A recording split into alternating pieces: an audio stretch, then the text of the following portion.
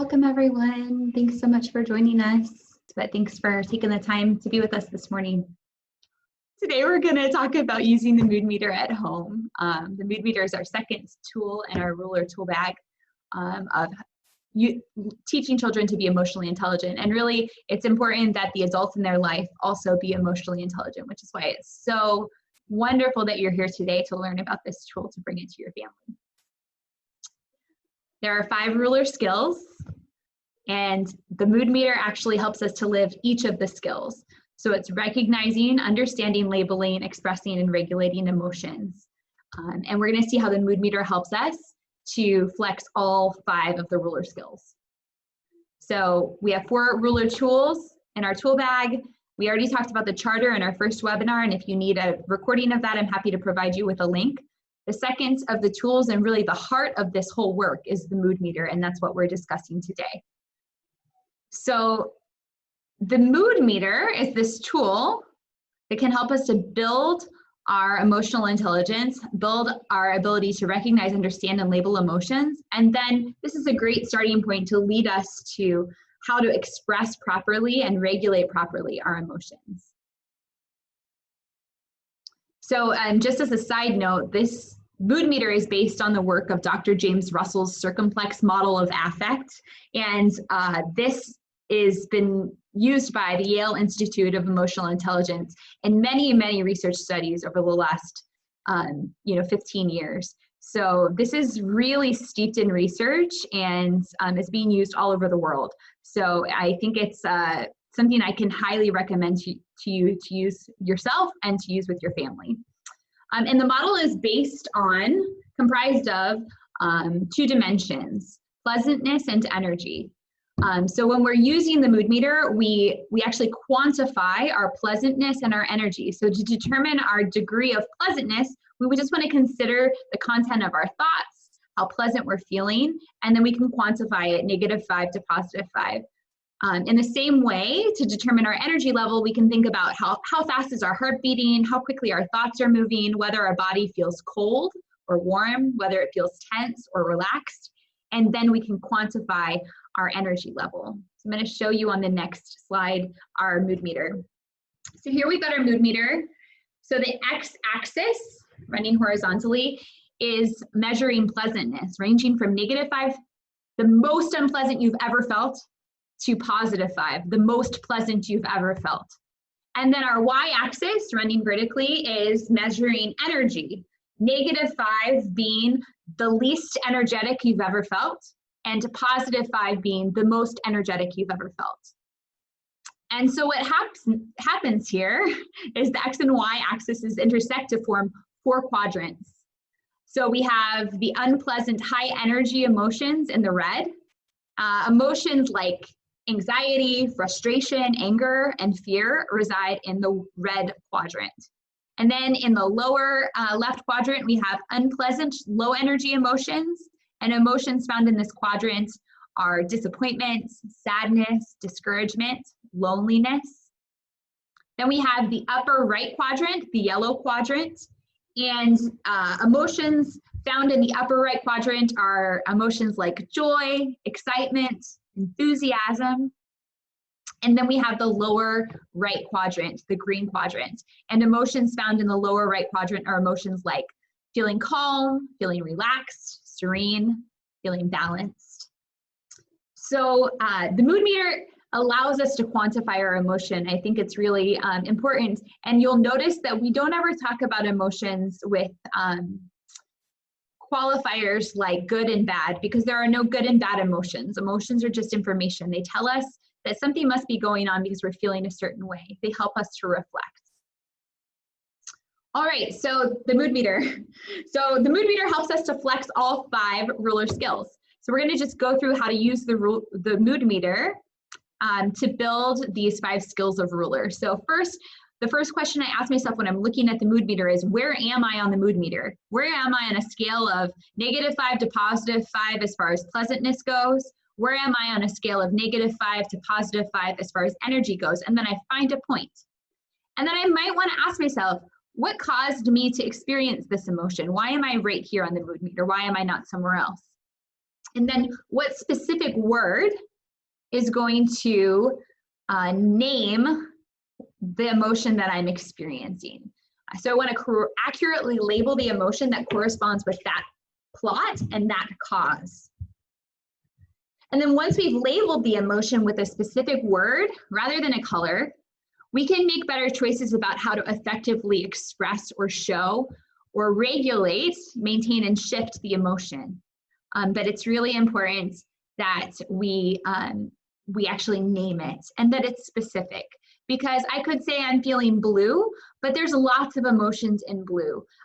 Emotions like feeling isolated and alone and depressed are different from an emotion of just feeling a little bit tired or even just feeling slightly feeling discouraged. Discouraged is different from feeling disappointed, and being disappointed is different from feeling depressed. And being depressed is different from feeling desolate. Okay, so we have to name it to tame it. So when we effectively can label how we're feeling, it actually helps us. It's the first start to regulating that emotion, because we can't regulate an emotion we don't know what it is, right? So we have to be able to effectively name it to tame it, which means we do need to help our kids grow their emotional vocabulary. So we're going to put this in practice together. And I'd like to ask you to name some emotions. Now I have some already up here, but I want to see if we can kind of put this into practice, and you're going to use the chat box to respond to me. I think that might be easiest because we have a lot of people here on this call. So go ahead and type into the chat box, what other emotion words do you think would fall into the red quadrant? So we have up there already furious and irritated, but there are 25 spots on the upper left in the red. So go ahead and just type into the chat box some other words you think might fall into the red category. And we're just flexing this ability to name emotions, to label them with specific words. Okay, I see angry. Let's see, what else do you all have to say? Go ahead and type in there, okay, hurting. Maybe a little bit peeved. I'm gonna put peeved in. I think that's a good word. What else? Mad. Yeah, sure. There could be things like livid up there. Livid. Enraged is actually on there. Resentful. Yeah. Okay. Great, awesome. Let's move on. We're going to move from quadrant to quadrant just to flex this muscle of labeling emotions. So we're going to go ahead and jump down to the blue quadrant. So let's name some emotions we think might fall into the blue quadrant. Low energy emotions and unpleasant emotions. Low energy and unpleasant emotions. So I know today I'm a little tired. I'm going to put tired in.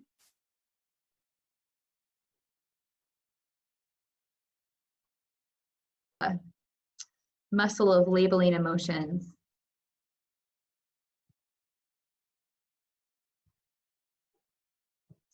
All right. Yep, perfect. Yeah, feeling sorrow, feeling disappointment, feeling helpless, feeling alone is down there in the blue. Okay, what about the green? Let's name some green emotions. Those are high pleasantness, but low energy. Things like chill, or let's see, peaceful's on there already, calm is on there, serene, perfect. Serene is a great emotion. Blessed, feeling at ease. All right, I know I'm moving quickly. Thanks for flexing your labeling muscle with me. We're gonna jump up to the yellow quadrant. Let's name some yellow emotions. These are high energy and high pleasantness. Things like, I'm gonna put in excited, euphoric, nice, joyous, love it. Think of something else. Things else. Hyper is there, I think. Hyper silly. I love it. That's awesome. Good job. Ecstatic. Yes. Content is going to be on the line between the green and the yellow. All right, y'all, thank you. It's perfect. All right, so I want to look now at the tool that I'm going to send home with you, the tool that you're going to use to practice this at home. So every time we meet, we're going to get together around what we're practicing. And you're going to leave with the tool that you're going to bring to your family. So let me share this with you. And this is the link you're going to get. There we go. I know it's going to be small to start, so I'm going to zoom in. Give me a thumbs up if the size is okay on this. Okay. Okay. All right. Is this still the right thing shared? Okay. So here we are with our, I don't know which one is shared right now, to be quite honest. Hopefully it's the correct one. Is it big enough for you to see? Yes. Okay, so this is your take home. The first part of this take home worksheet are just the key ideas that we went through today when I taught you about the mood meter. Everyone experiences a range of emotions. They come, they go. Every emotion's okay to feel. Our emotions are signals or clues that provide us with important information that we can learn from. They help us to better connect with one another. During an emotionally charged situation, it's helpful to check in with ourselves and to have conversations with others. When we pay attention to how we feel and understand and develop strategies for managing our emotions, we can make wiser choices and better decisions. So here's our mood meter. We all have different definitions for emotion words, and we tend to use a limited emotional vocabulary. This tool, the mood meter, can help us to communicate around emotions more effectively. So here's the practice sheet for you and your families. So you may want to do this as a family. Everyone use this tool. So you're going to use the space below to check in throughout the course of the week on which quadrant you're in and what feeling word best describes the emotion that you're feeling. And invite your children to do the same. So on Monday, you're checking in what quadrant, an emotion word, and a level of pleasantness. In addition to this, you all, there is an app, and I'm going to go ahead and just put the link in your chat box, but there's a mood meter app that you can easily get for Apple and for Android.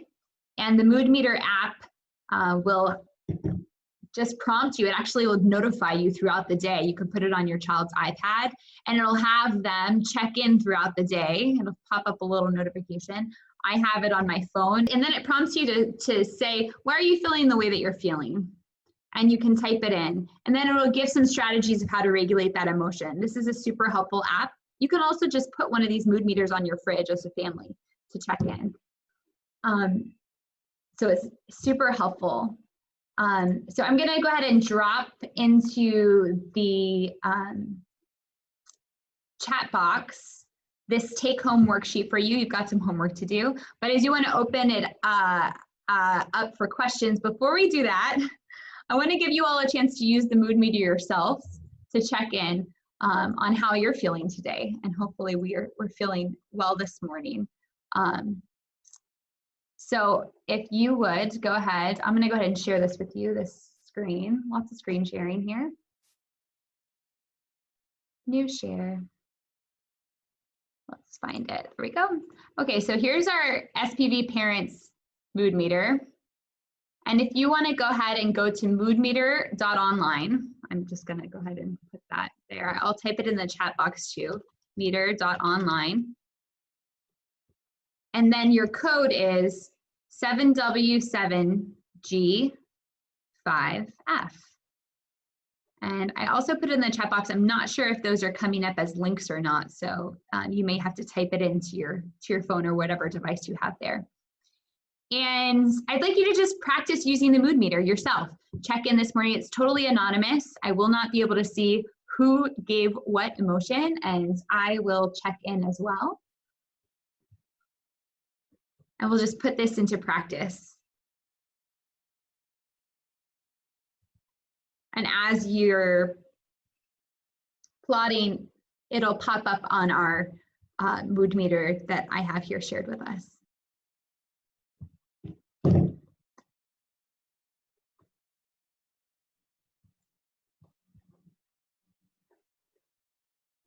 Okay, there we go. We got one person who's plotted. Thank you. We know it's working then.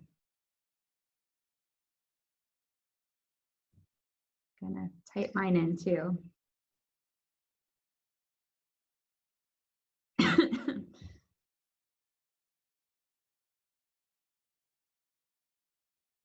All right, let's see. I'm feeling a little bit.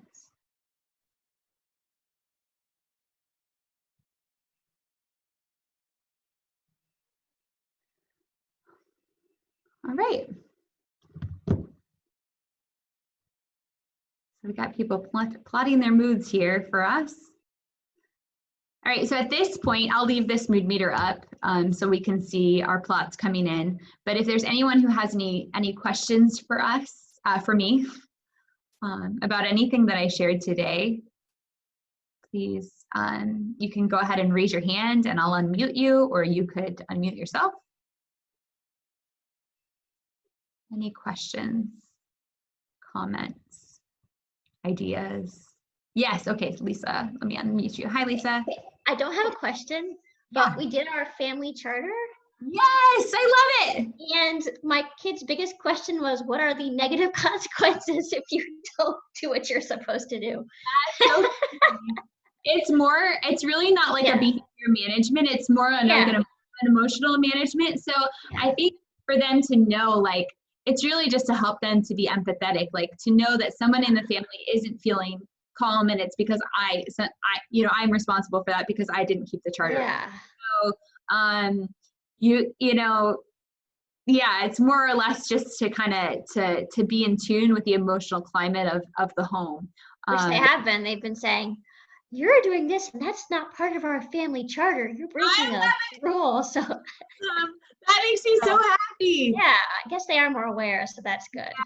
Yeah. It's really just to cultivate their empathy, their ability to empathize with each other, to be sensitive to people's moods in the house, and then the mood meter can help you too, because it gives kids a language, like usually when kids are acting out and they act in a certain way and it's not an appropriate way, it's because they're experiencing some sort of emotion that's not being expressed properly. It's not being regulated. And so to ask them, hey, why don't you go ahead and check it in the mood meter, and then we can talk about what's going on. It actually will help the situation a great deal, because they just really, behavior is just communication. And for the most part, behavior is communication about how our kids feel. So I think those two tools together are gonna like be game changers. Okay. Yay, that's awesome. That's so cool. Anybody else have any questions or comments? Or I'm just flipping through here to see if I'm missing anyone. Or you can type your question into the chat box if that's easier for you. And it's also okay if you don't have a question. All right, guys. So the link to your homework assignment is in the chat box. If there aren't any other questions, it's just about noon now. So we kept to our 30 minutes. Our next, just to give you a little preview, our next webinar is next Monday, and we will be discussing the meta moment, which basically is regulation in action. So teaching kids when they have an emotion, a really strong emotion, they sense a strong emotion, to then stop and reflect on their best self. So we're going to talk about the meta moment when we get back together on Monday. And I hope everyone has a great rest of your week.